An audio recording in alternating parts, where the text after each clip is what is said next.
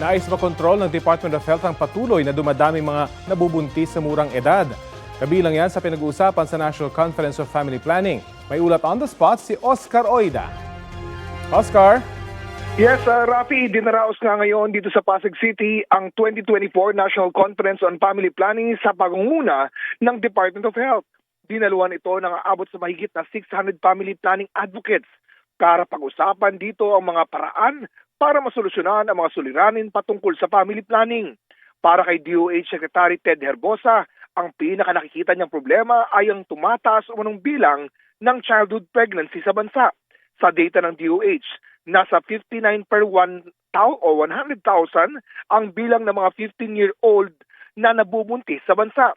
Ito raw ang number 1 na dahilan ng maternal mortality kasi ang mga ito raw ay kadalasan hindi nakakapagpa-prenatal check-up. Sila ang high risk sa tinatawag na eclampsia at pre-eclampsia, pati na hemorrhage at childbirth.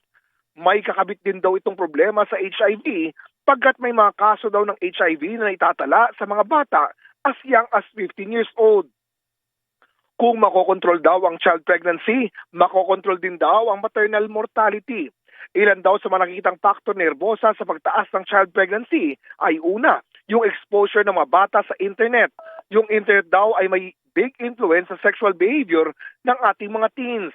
Pangalawa, yung tinatawag na peer pressure. At pangatlo, yung socio-economic classes.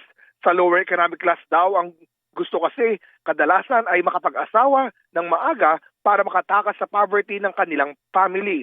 Sa ngayon, nakipag-ugnayan na raw sila sa DepEd para sa mga hakbang para mahinto ang pagtaas ng bilang ng child pregnancy sa pamamagitan ng pagpapaiting ng family planning education. Rafi? Maraming salamat, Oscar Oida.